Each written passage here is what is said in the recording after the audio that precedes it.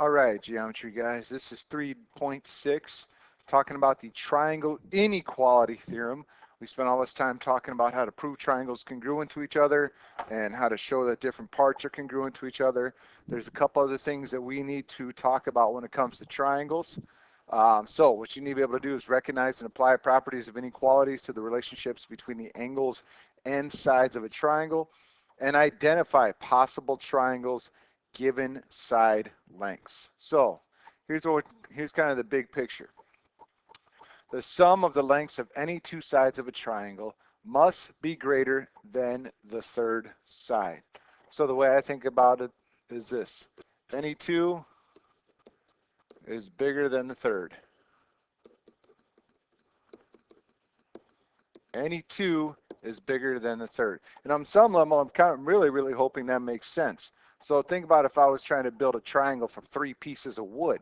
So if I'm trying to do this, if I've got one piece that's 10 foot long, if I've got a 2x4 that's 10 feet long, and I've got one 2x4 that I lay right here that happens to be 4 feet, and I've got another 2x4 I lay right here that happens to be 3 feet, well, do I make a full triangle? Absolutely not, because this and this don't cover the full 10 feet.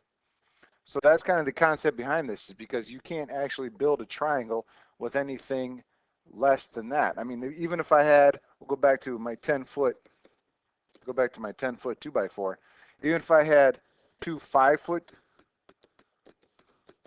2x4s, I would get really close, but the only way that that would match up is if I laid them straight down, and I would have two 5-foot 2x4s laying right next to a 10-foot 2x4.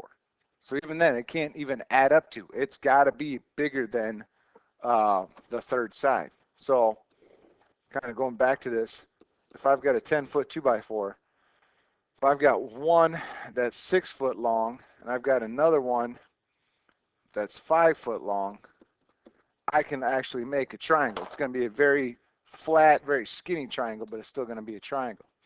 So kind of the rule is all the way around, do any two bigger than the third? Well, if I take a look at number 1, 8 and 15 is obviously bigger than 17, and that's really kind of the only one that I really need to check. Obviously, 17 plus 8 is going to be bigger than 15. 17 plus 15 is way bigger than 8, so I don't even need to worry about those. Number 2, 6 plus 8 equals 14. Absolutely not. That doesn't work. So this one cannot be a triangle. Because, kind of going back to my original student, kind of going back to my example here,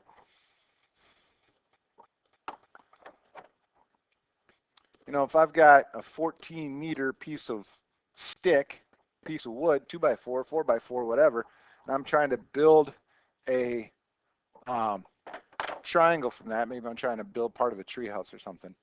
I've got one that's 6 meters. I've got one that's 8 meters. The best that I can do is lay it down exactly on top of a 14-meter piece of 2x4.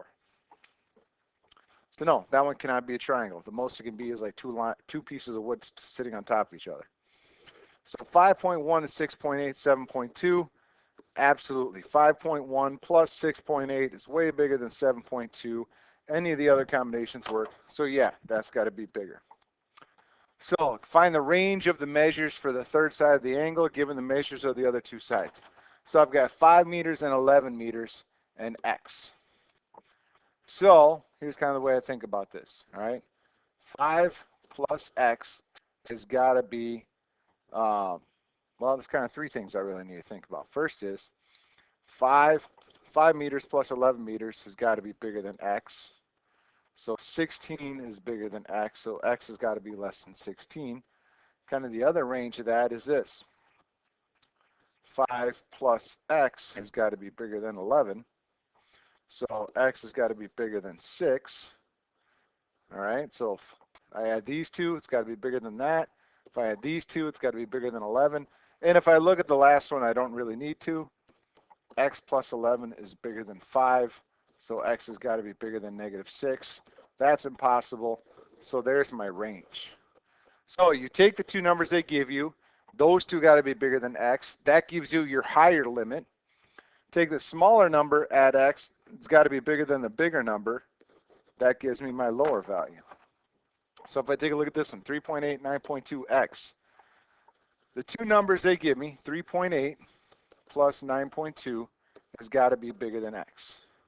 That gives me my highest range. That gives me the biggest that x could be. So this ends up being 13. So x has got to be smaller than 13. Now take the smaller number they give you, and that gives you the lower limit. So subtract 3.8. X has got to be greater than 5.4. So there's my range right there. 5.4 has got to be bigger than x, and x has got to be less than 13. There's my ranges there. So add the two bigger ones, add the smaller one to the bigger one. So what's kind of my limit, what's kind of my values for x? So these two have got to be bigger than this. So x minus 7 plus 2x plus 12 has got to be greater than 4x minus 12 if I distribute that through. So I'm looking at what can x be to make this statement true. So I've got 3x plus 5 equals 4x minus 12. So if I subtract 3x over, add 12, 17 is greater than x, so x is less than 17. All right, so now, right now, if x was 0, could that work? 0 minus 7, negative 7, nope, that doesn't work. So out of these, that gives me my upper range. Now I need to figure out my smaller range. My smaller range is going to be whichever one is smallest. So this one will be my smallest one, plus this one has got to be at least bigger than that one. So if I take x minus 7 plus 4x minus 12, again just distributing, that's got to be bigger than 2x plus 12. So that's 5x minus 19 bigger than 2x plus 12. So subtract 2x, add 19, add 19. 3x has got to be bigger than 31. So x has got to be bigger than 10 and 1/3. So there's my limits. It's got to be between 10 and 1/3 and 17. I could do the final combination. I could do, yeah, these two got to be bigger than this, but I'll get a number that's in between there. All right, so Pythagorean theorem, you've heard it before, you've heard it again, you will hear it multiple times. All that it says is the square of the legs is equal to the square of the hypotenuse. All right, hypotenuse is across from the 90-degree angle. That is the longest side. A and B are my legs. So that idea should not be too lost on you. I'm guessing you've seen it a time or 10. So a couple quick tricks. 6 squared plus 15 squared equals x squared. And then it becomes just a matter of solving. So this becomes 36. This becomes 225. This becomes 261. And that is x squared. So x is going to equal the square root of it, which is obviously not a whole number. You know, if you left it as square root of 261, that'd be fine. So that's going to be 16.15.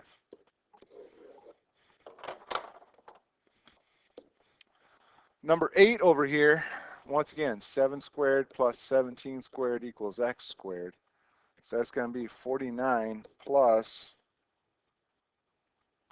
289 equals x squared. So that's going to be 28 and 4. It's going to be 338.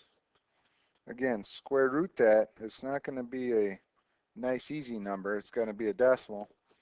So you can either leave it as square root of 338. That'd be fine. If you want to put it in decimal, it would be 18.38. Number 9 is a little bit different. Number 9 is a little bit different because my hypotenuse I know this time. So all that means is I've got to put in my x for one of my legs. So now this becomes a little bit more work. That's a plus. Subtract 81, subtract 81. So x squared equals 40. I got to remember square root that. So x is going to be equal to the square root of 40, which is another way of saying 6.32. Either one of them would be fine. Technically, square root of 40 is closer. All right, so Damon's locked out of his house. He needs to go up to the only open window on the second floor, 12 feet above the ground. He needs to borrow a ladder from his neighbor. If he must place a ladder 5 feet from the house to avoid some shrubs, what length of the ladder does Damon need? So, house, the window is 12 feet up. He's got to be 5 feet away. There's shrubbery. How long does that ladder need to be? Thank goodness I can use the Pythagorean theorem. So, leg equals x squared. So that's 25. That's 144. Square root. So it's got to be at least 13 feet long. It's got to be at least 13 feet long. All right, so check. Are any of these right triangles? So first off, can they be the sides of a triangle? Secondly, are they a right triangle? Well, let's take a look. So 7 plus 14 is clearly bigger than 16. 7 plus 16 clearly bigger than 14. 14 plus 16 clearly bigger than 7. So yeah, it's a triangle. Now, second question, is it a right triangle? So I put it into Pythagorean theorem and see if it works. Well, that's 49. That's 196. That is going to be 256. So this becomes 245. That becomes 256. No, not a right angle. Not a right triangle, rather. This is actually acute. No, I'm sorry. Switch it around. This is actually obtuse. Why is it obtuse? Because this side is bigger when I square it. All right, these two sides, when I squared them together, that was still smaller than that third side squared. That's actually an obtuse. If I flipped it around and this side was bigger, it'd be acute. So take a look here. 40 plus 9, clearly bigger than 41. 41 plus 9, clearly bigger than 40. So we're there. Yes, it's a triangle. So 9 squared plus 40 squared equals 41 squared. So it's 81 plus 1600. And then 41 squared is actually 1681. So they are equal. Yeah, that's a right triangle. This one, 1 plus 7 bigger than 8. No, no, no. So it's not a triangle. So those are kind of the big ideas that we're talking about today. So if you have any questions, come talk to me. Otherwise, we'll get this figured out.